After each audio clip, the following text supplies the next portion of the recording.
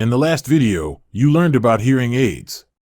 To recap, hearing aids are an assistive listening device that amplifies sound for the user. It requires the middle and inner ear to function in order for them to work. A person with sensorineural deafness cannot use a hearing aid as their cause of deafness is located in the inner ear.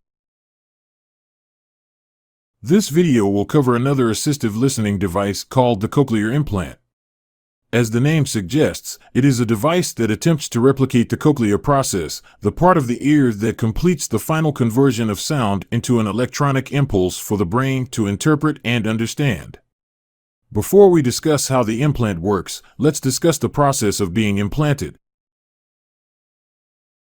Unlike hearing aids, cochlear implants require surgery. Whereas hearing aids are magnifying sound so the ear can operate its functions, a cochlear implant is attempting to replicate the functions of the ear and thus needs access to the auditory nerve at the end of the system. Currently, surgery can occur after about 1 year of life. Some cases have reported the surgery occurring at 11 months. The goal is to wait for the newborn to grow enough before surgery to avoid complications. Once the surgery is completed, there is a time period for recovery before the implant can be turned on. There will be two components placed in the head during surgery. The first is the internal receiver. In the past, the receiver was attached to the skull, but nowadays a pocket is created between the layers of skin and nestled inside. The receiver also contains a magnet for the external parts of the cochlear implant. The second component is an electrode array that is implanted inside the cochlea to be able to stimulate the auditory nerve and send signals to the brain. There are two components on the outside of the head, which are activated after the recovery period. The first part looks like an over-the-ear hearing aid. This contains the microphone to pick up sound and convert it to electrical signals. The second part is placed on the magnet behind the ear. This is the transmitter that will send the signals to the receive on the other side of the head. Now, to discuss the actual process of how the implant works. The components of the implant make it self-explanatory, but for an explicit step-by-step, the process is as followed. First, the microphone behind the ear will detect sound and convert it into an electrical signal. Then that signal is sent to a small computer processor to amplify speech frequencies. The modified signal is sent to the transmitter attached to the outside of the head. That transmitter then sends the signal to the implanted receiver under the skin. Then the receiver will send the signal to the inner ear, specifically the cochlea. Inside the cochlea is the implanted electrode array that will generate electrical impulses to stimulate the nerve fibers. Lastly, the nerve fibers stimulate the auditory nerve and send the signals to the brain. In the end, cochlear implants still require parts of the cochlea and the entire auditory nerve to function. In cases where a cochlear implant is not viable, there is the possibility of an auditory brainstem implant.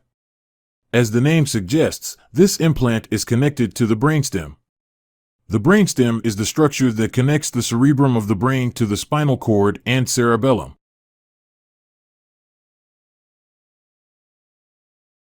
Reasons for why a person could not receive a cochlear implant include a small or missing auditory nerve, an unusually shaped inner ear, scarring of the inner ear caused by infection, such as meningitis, or damage from a skull fracture.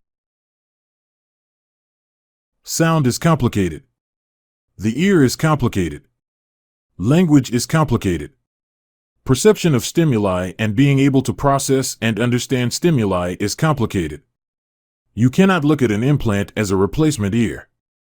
Even though the surgery process itself has a high success rate, it does not mean the person's ability to perceive and understand sound will be successful. Hearing people often ignore additional information because of the hope a cochlear implant will cure deafness. The hope that the person will become somewhat like a hearing person. However, that is not always the case and most likely will not be the case unless there are certain factors, supports, care, etc. in that person's life to allow them to be successful, and even then the success hearing people want will not always happen.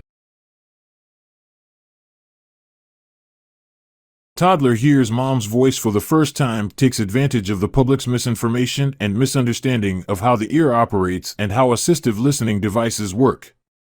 Infants and toddlers who perceive sound for the first time are not reacting because they understand what is going on. They are not reacting because their brain knows they just heard their parent.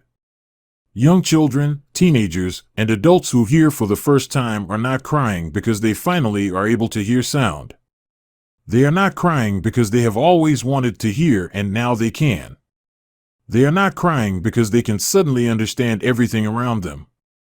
Instead, most of the time toddlers, children, people cry because the brain is experiencing a new stimuli that has never been processed before and it is possibly overwhelming them. In conclusion, cochlear implants are not an ear replacement nor a cure. You cannot think of implants like that because they do not work like an ear. Like all technology, cochlear implants are limited. Finally, you cannot allow your judgment of disability override new rational information.